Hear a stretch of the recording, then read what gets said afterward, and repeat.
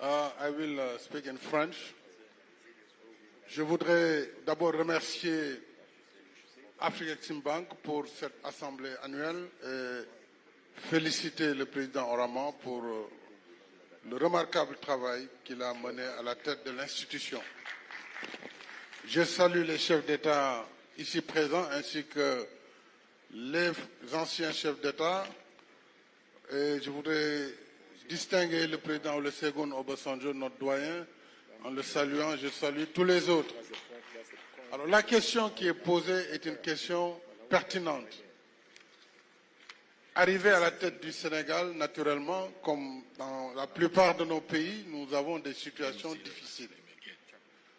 Mais ce qui compte en économie et dans les finances, c'est d'abord la confiance que le pays inspire et les leaders par rapport au marché et par rapport aux partenaires. Cela m'a permis très rapidement de mobiliser assez de ressources pour financer tout le programme économique que j'avais conçu, qui s'appelait le Plan Sénégal émergent.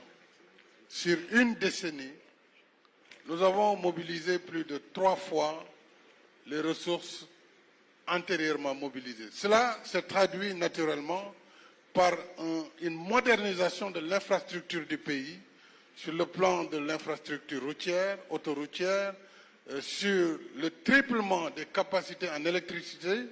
Au moment où je partais, le pays était exportateur d'énergie électrique. Cela aussi grâce au secteur privé qui a cru et qui a financé dans la production électrique indépendante. Alors, tout cela, bien sûr, a été fait avec des contraintes, puisque l'Afrique, en réalité, évolue dans un environnement contraint et la dette, elle revient avec un fardeau puisque les mécanismes aujourd'hui qui sont en marche ne permettent pas aux pays africains de s'endetter dans des conditions optimales. Ça, c'est une donnée qui est réelle et que nous devons enlever avec naturellement nos partenaires. La semaine prochaine se tiendra à Séville la réunion sur le financement du développement. J'ai lancé un appel, comme la plupart de nos collègues ici présents, pour qu'il y ait une action décisive sur la réduction de l'endettement du continent et des pays en développement de façon générale. Non pas parce que nous ne voulons pas payer la dette, nous la payons et nous la payons même parfois beaucoup plus cher que nous avons emprunté.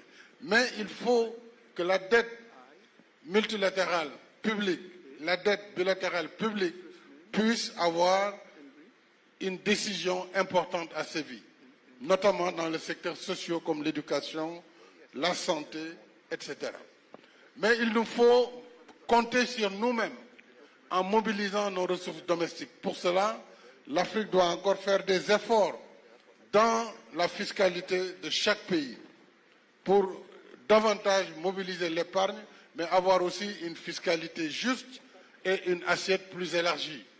Les contraintes pour mobiliser toute notre épargne restent encore dans les mécanismes de mobilisation. C'est pourquoi la digitalisation doit permettre à nos administrations d'arriver à une meilleure mobilisation. Mais il faut une synergie entre le secteur privé africain et le secteur public. Et il nous faut surtout, et je termine par là, augmenter les capacités de nos banques, Afreximbank, Banque africaine de développement, la BOAD, African Finance, ainsi que les autres organismes. Les pays doivent mettre encore de l'argent dans le capital de nos institutions. C'est la seule façon d'en faire des institutions crédibles à même d'emprunter sur le marché des capitaux et surtout de répondre à nos besoins à nous. Parce qu'aujourd'hui, que ce soit nos banques de développement, elles dépendent plus des orientations qui sont données par les partenaires non régionaux. Et pour cela, c'est à nous, Africains, de mettre les ressources qu'il faut, secteur privé comme secteur public, et je m'en arrête là. Je vous remercie. Merci infiniment, Excellence.